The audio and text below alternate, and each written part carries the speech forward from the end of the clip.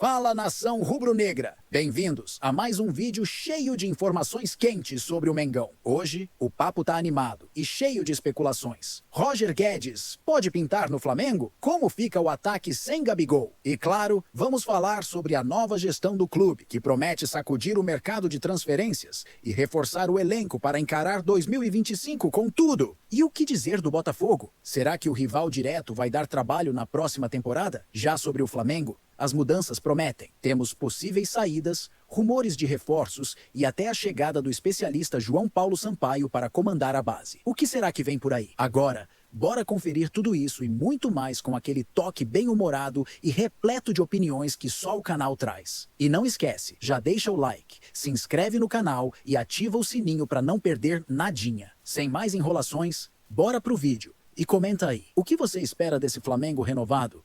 Tá aí uma dinâmica completa dos times do Rio de Janeiro, dos principais. O Flamengo com essa história de Roger Guedes. Hoje tem o Luiz Araújo, tem o Cebolinha pelos lados, não é? Dá para jogar ali com Plata também. Precisa de mais esse perfil? Rapaz... Não, claro que o Roger Guedes é um ótimo jogador. Mas é a necessidade do Flamengo hoje? A saída do Gabigol abre essa brecha, né? Para um atacante, né? Vamos começar a pensar nessa forma. A saída do Gabigol abre essa brecha. O Gabigol ali 9, um segundo atacante. O Roger consegue fazer também essa função, consegue até jogar pelos lados do campo. Ele é mais móvel, né? E aí aquela questão também que a gente fala muito aqui, Loirão, do elenco, de qualificar o elenco. Com a temporada do jeito que é, correria, viagens, jogos atrás de jogos. Você precisa ter um elenco de muita qualidade para lutar na parte de cima das competições. E o Pedro só volta no meio do ano, né? Que o Pedro é um titular absoluto do Flamengo, é um cara que estava fazendo uma temporada impecável e aí tem a lesão na seleção brasileira, treinando pela seleção. Então pode ser, mas eu até imaginava que o Flamengo ia tentar buscar um centroavante mais parecido com o Pedro. Agora, se o Roger Guedes viesse, lá, claro, né? É um jogador que tem as suas qualidades. A gestão é nova agora também, né? Qual que é o pensamento? Vamos gastar muito, porque o Roger Guedes não é barato. Vamos gastar bastante? Não vamos gastar, vamos tentar manter ali o padrão de gestão que foi feito até agora, que por sinal com muito sucesso, porque o resultado está aparecendo já com títulos e com boas atuações. Então, vamos ver qual que vai ser a filosofia dessa nova gestão do Flamengo. Uma perguntinha bem capciosa, só para mudar um pouquinho o ângulo. Para você, o Flamengo, para a temporada que está chegando, é mais favorito que o Botafogo? Loirão, é uma boa pergunta, porque a gente não sabe como é que vai vir esse Botafogo e a gente também não sabe como é que vai vir o Flamengo. Porque provavelmente acontecerá saídas, tanto do Botafogo quanto do Flamengo, mas eu acho que o Flamengo vai estar incomodado com um bom momento do Botafogo e vai tentar reforçar bem o elenco para fazer frente com o Botafogo na temporada que vem.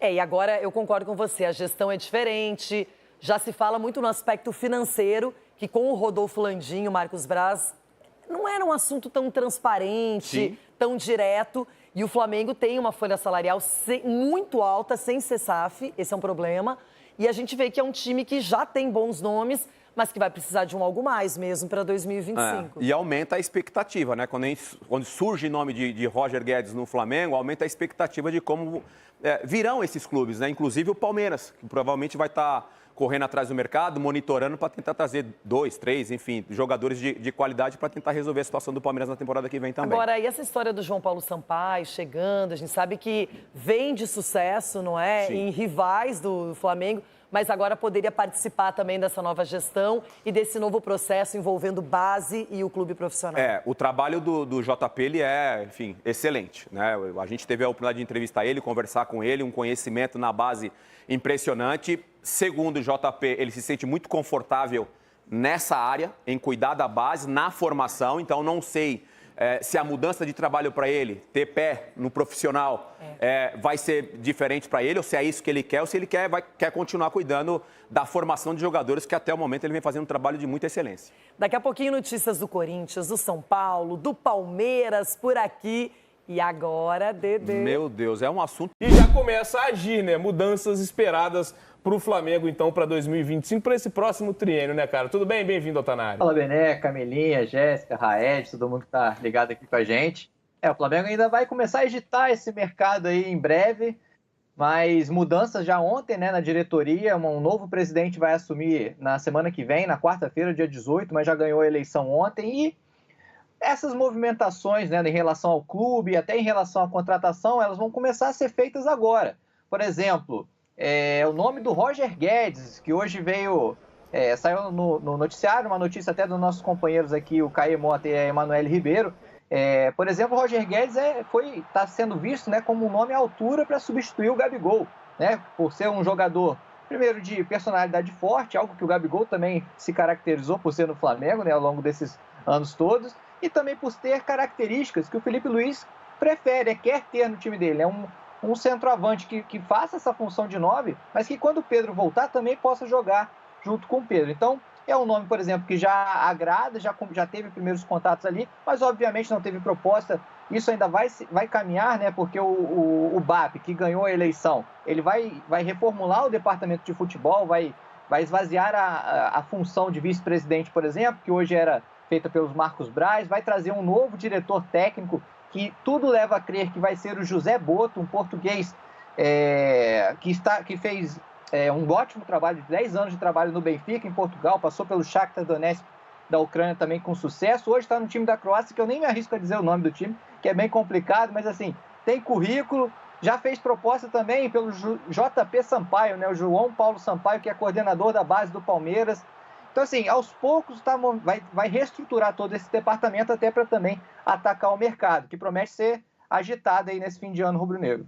Você falou num nome, Noel, acho que essa é não sei se uma questão, mas talvez uma pergunta do torcedor nesse momento, porque sempre que vem uma chapa de oposição, né, naturalmente vem a gente imagina aquela sessão de mudanças, né, algumas mexidas, seja no departamento de futebol, como você trouxe, seja no time também, né, natural que no clube haja algum tipo de mudança quando vence uma chapa de oposição numa eleição.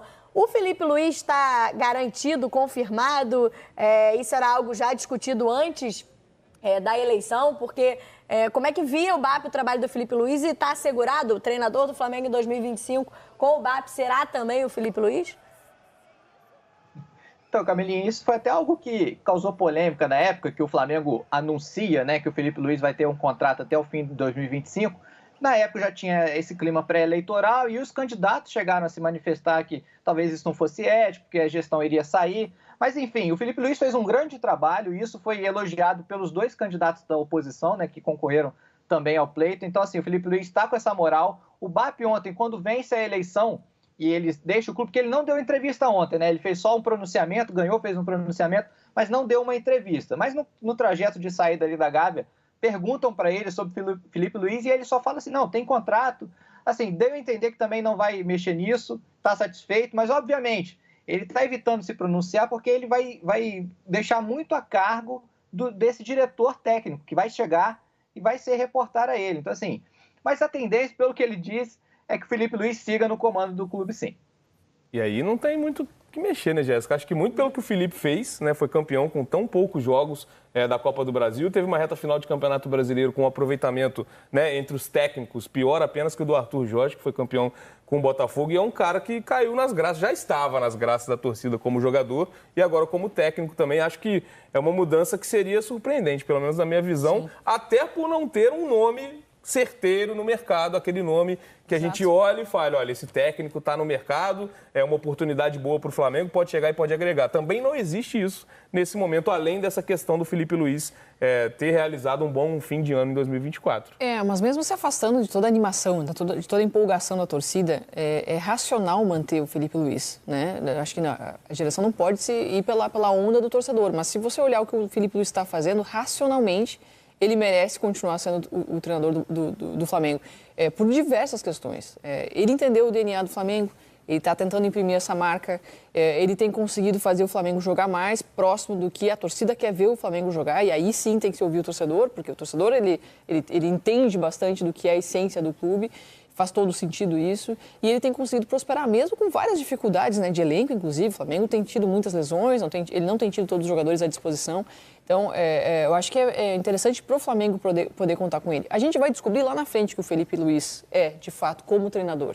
Um jogador a gente sabe, como ídolo também, mas o treinador que o Felipe Luiz só o tempo vai nos dizer. Pode ser que lá na frente a gente perceba que ele é um cara para estar na Europa.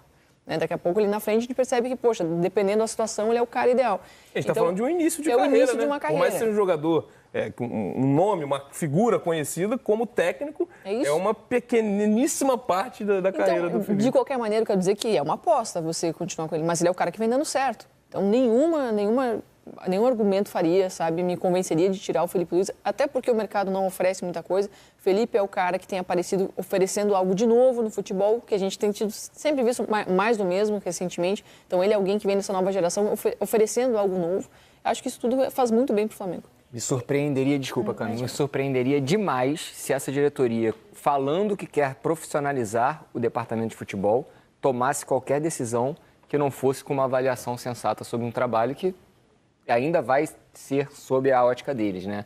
O Felipe Luiz, a partir de janeiro, estará sob a ótica do novo presidente, do novo departamento de futebol, e aí sim ele poderia ser avaliado. Desculpa, Câmara. Não, era sobre isso mesmo, que é um ponto que os colegas têm trazido, né, o Noel e os amigos que acompanham o dia a dia do Flamengo, que algo no discurso dessa nova diretoria é profissionalizar cada vez mais o departamento de futebol, até tentando modificar o estatuto no sentido de tirar um pouco da responsabilidade dos vice-presidentes, que teoricamente, né, teoricamente não, na prática, mas no estatuto são não remunerados, para profissionais, seja o diretor técnico, o coordenador técnico, como trouxe o Noel, e essa é uma mudança importante na maneira como o clube vem sendo conduzido. O futebol é conduzido no clube há muitos anos, tanto que mexe, inclusive, com o estatuto do Flamengo também. E é algo que foi dito desde o início dessa diretoria, que hoje está eleita como a nova diretoria, como presidente do Flamengo. E aí traz nomes, fala em nomes, inclusive, de outros clubes. Tem o JP Santiago do Palmeiras, enfim, Sampaio. Tem nomes que estão... Sampaio, perdão. Que estão sendo observados para integrarem essa comissão, né?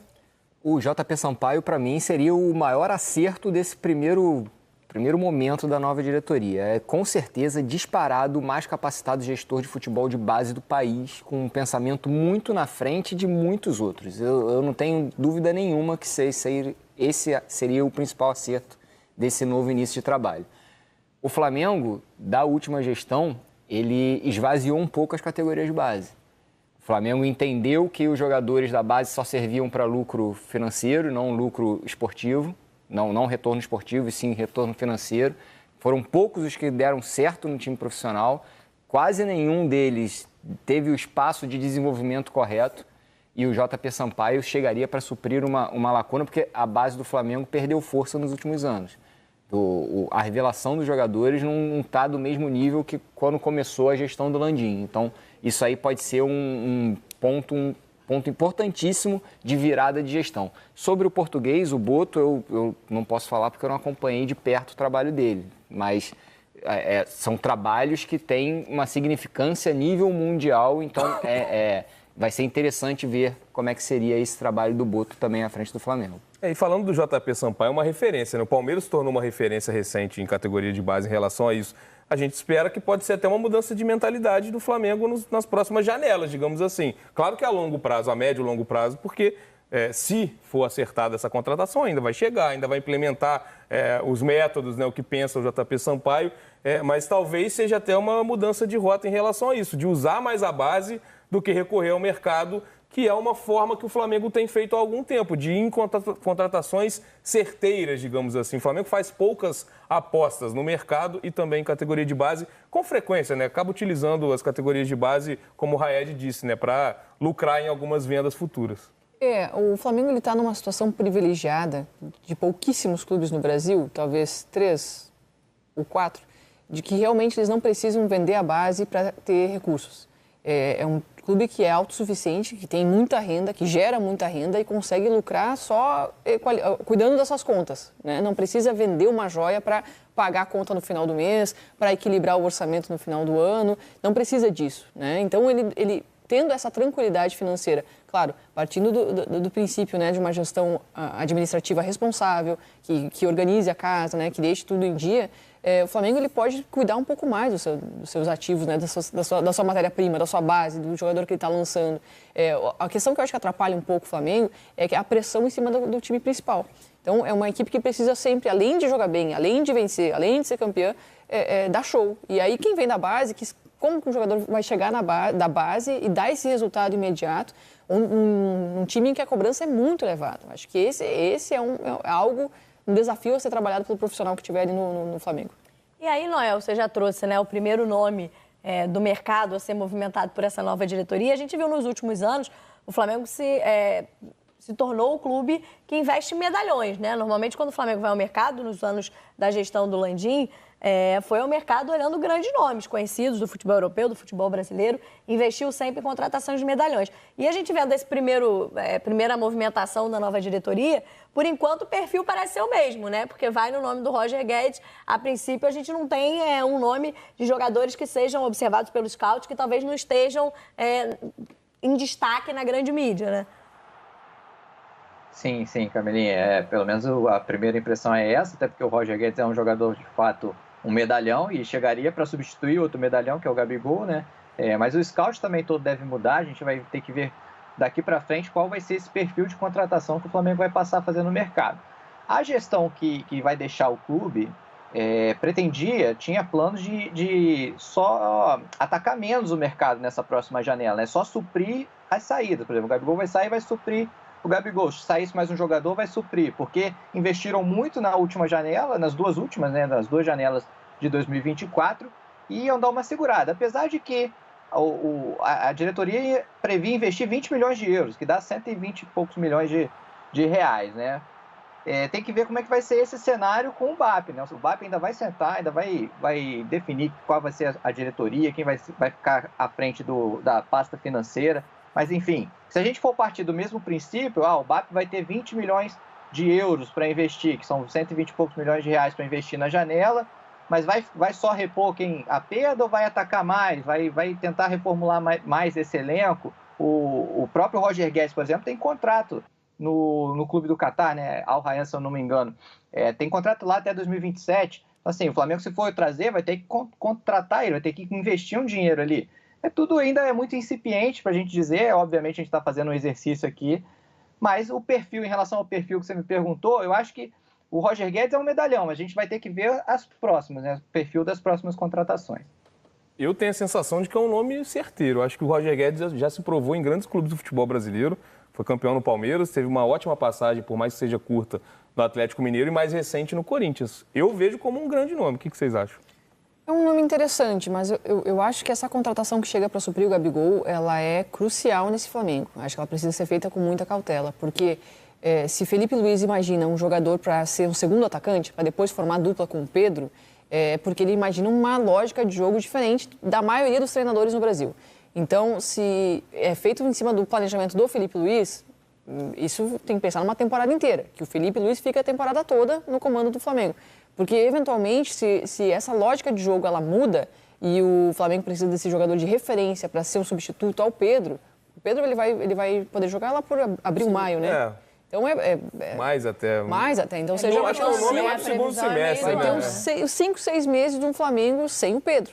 Então, o Felipe ele precisa trabalhar muito bem isso e o Flamengo tem que entender se esse jogador vai ser o de referência ou um segundo atacante. Porque aí, segundo atacante é um outro mapeamento de mercado, digamos assim, que o Flamengo vai ter que fazer. Por que eu digo isso? Porque nesse ano o Flamengo sentiu muita dificuldade a ausência desse substituto ao Pedro.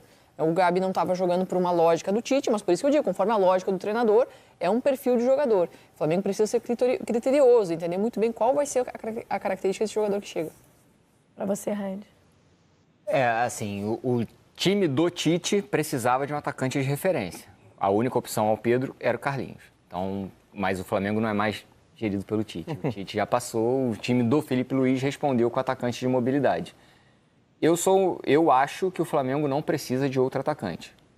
Pensando que o time do Felipe Luiz joga com 4 jogadores avançados, usando uma palavra do dicionário português do futebol, né, dos treinadores portugueses, e levando em consideração que Gerson e Arrascaeta são titulares incontestáveis desse time, o Flamengo teoricamente teria 2 vagas para Michael, Bruno Henrique, Plata, a volta do Everton Cebolinha, a volta do Pedro, ainda tem Alcaraz, Matheus Gonçalves. Esqueci alguém? Acho que eu esqueci alguém. Porque Luiz Araújo? Luiz Araújo. Então, assim, necessitar não necessita.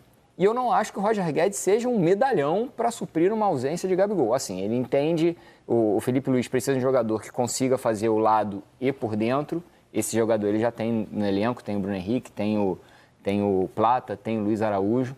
Não sei se o Cebolinha responde a essa, vai jogar também por dentro, mas também tem o Michael. Então, assim, não acredito que o Roger Guedes seja um medalhão à altura de uma contratação nível Flamengo, mas é a opção da diretoria. Se a diretoria optar por investir nesse jogador, eu acho que o Flamengo tem outras carências. O Flamengo, por exemplo, ele tem como os 2 primeiros volantes titular Pulgar e De La Cruz. Se saiu o Pulgar, joga o Everton Araújo, o menino da base, beleza. Saiu o De La Cruz, joga o Everton Araújo. Então o Flamengo precisa de um volante. O Flamengo não tem uma diferença muito grande entre o lateral direito titular e o lateral direito reserva. Então o Flamengo precisa de um lateral direito. Mas o time tem dinheiro, então o time pode trazer todo mundo. É isso, a gente vai seguir incomodando o Noel para saber do mercado durante esse período. 6 jogos, Noel. Tamo junto, obrigado pela participação aqui no Tá Na Área, amigo. Valeu, pessoal. Bom programa aí. Um abraço. Para a gente encerrar, né, o tema do Flamengo aqui no Tá Na Área de hoje, vamos dar uma olhada num trecho da entrevista. O Gabigol, né, foi presença agora no podcast Pode Pá, participou ontem, falou sobre o futuro e disse que ainda não sabe qual será o seu novo clube. Eu fiquei surpreendido. Cara, não Te tem cravaram nada. no Cruzeiro, Não irmão. tem nada, mano. Não tem nada. Pode ser que aconteça? Pode ser. Pode ser, claro que aconteça. Mas é algo que eu vou começar a partir de amanhã a pensar, a conversar, a ver qual que é a melhor possibilidade pra mim. Esse tipo de notícia atrapalha, cara, o seu processo? Cara, eu acho que atrapalha o torcedor, né? Porque eu acho que em algum momento teve pessoas que acreditaram nisso, né? Pra caramba. Que acreditaram Quando nisso. crava, a galera tende a acreditar. Eu acreditei. Eu acreditei, depois que eu fui... Eu fiquei sabendo que depois, na final, quando eu falei que eu não ia ficar, tava lá embaixo, né? Gabigol acertado com o Cruzeiro. Foi no mesmo dia. No mesmo dia, né? Aí, sei lá, vamos supor, acontece isso daqui a um mês, fala, tá vendo? Eu falei, mas é mentira. É mentira. Pode ser o Cruzeiro, pode ser o Santos, pode ser o Corinthians, pode ser o Fortaleza, pode ser o Bahia, eu não sei. Eu juro pra vocês que eu não sei. Mas a partir de amanhã, eu vou começar a pensar nisso. Seu celular tocou, né? Bastante. Tá tocando, graças a Deus. Eu queria viver esse momento com a torcida, com o time, assim, ó, eu achava que era importante. Eu não tenho nada assinado com ninguém, eu não tenho nada certo. Agora sim, eu acho que depois de hoje aqui do podcast, que era minha última, sei lá, agenda, amanhã eu vou começar a pensar nisso, a estudar o que eu vou fazer, se eu vou pra fora, se eu fico no Brasil. E eu quero ir pra algum lugar, como eu falei, mais uma vez, pra ser campeão. Tu já sabe, mano. Tem possibilidade de você ir pra fora do Brasil? Tem possibilidade, mas como eu falei, Os caras de fora tá vindo jogar aqui, tá ligado, né? Mas, cara, vou te dizer uma coisa, a minha carreira toda foi feita no Brasil e eu não me arrependo mais nada, zero. É melhor ficar aqui brigando pra ser campeão do que ficar em 10º no inglês. Um bom ponto de vista, né? Acho que tem jogador que talvez discorde, prefira jogar a Premier League e terminar em 10º do que continuar no mercado brasileiro. Mas é um ponto, é uma opinião importante no atleta de futebol. Agora, é claro que o Gabigol não tem nada assinado, tanto é que nenhum clube anunciou ainda a contratação do Gabigol. Mas também é claro que ele já está pensando no futuro dele há muito tempo. Não começou a pensar ontem, porque o mercado dos clubes brasileiros já está pensando em 2025 há muito tempo, ou deveria. Os principais clubes do Brasil já estão pensando em contratações há muito tempo e certamente os empresários do Gabigol estão tomando conta disso. É algo, talvez, que pese muito nessa decisão deles serem times capazes, por exemplo, Jéssica, de disputar um título brasileiro, disputar títulos. Se essa será a decisão número 1 do Gabriel, os nomes que a gente está ouvindo, né, de sondagem, são nomes que disputam o título brasileiro, por exemplo, do ano que vem? Se ele vai escolher um clube que está disputando o título, eu acho que isso vai estar na ideia dele. Provavelmente o projeto de futebol, se o elenco vai ser competitivo, né, se ele, quem vai jogar com ele, acho que isso ele deve avaliar, sem dúvida alguma. Só que o Gabigol é um jogador caro pra caramba. Sim. Então, assim, as pessoas podem sonhar com esse jogador, podem especular, o telefone dele pode tocar, só que quando ele passa as cifras, pouca gente pode realmente pagar. E pouca gente também, acho, bem da verdade, vai estar disposta a arriscar esse valor com o Gabi, porque tem toda a questão ainda do doping. É um jogador que ele está há 2 temporadas sem conseguir render. Para mim, o Gabi é um jogador de altíssimo nível, tá? Extremamente competitivo, extremamente decisivo. Jogador difícil de se encontrar com essa estrela, o cara que pega o jogo para si e resolve. O Gabigol é esse cara. Só que ele não tem conseguido render. Então, apostar num jogador de 2 temporadas atrás, que eu acho que ele ainda pode render, tá? Se estiver focado, eu acho que ele pode render. Mas, levando em consideração isso, o investimento que tem que ser feito para esse jogador, não vai ter tanta gente assim com essa capacidade de fazer esse exercício financeiro para levar o Gabigol para algum time. Eu acho que o Gabi deve ter, sim, alguma sondagem já, provavelmente algumas coisas encaminhadas, deve ter, depender da capacidade financeira de cada clube, e ele deve estar olhando qual é o projeto aí que vai oferecer para ele essa possibilidade de disputar algum título.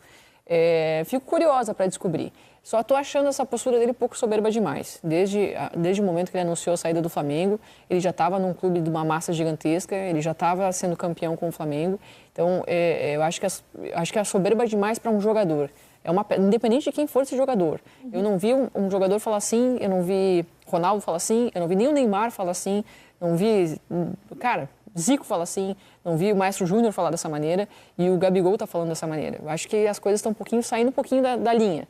Mas, sem dúvida, ele é um grande jogador e deve servir um time grande aí na temporada que vem. E nessa linha de raciocínio dele, né, Raed, talvez o Cruzeiro perca pontos por não ser um time que está classificado para a Libertadores ano que vem, por exemplo. Isso pode pesar também no raciocínio do Gabigol, que é o maior artilheiro brasileiro em Libertadores.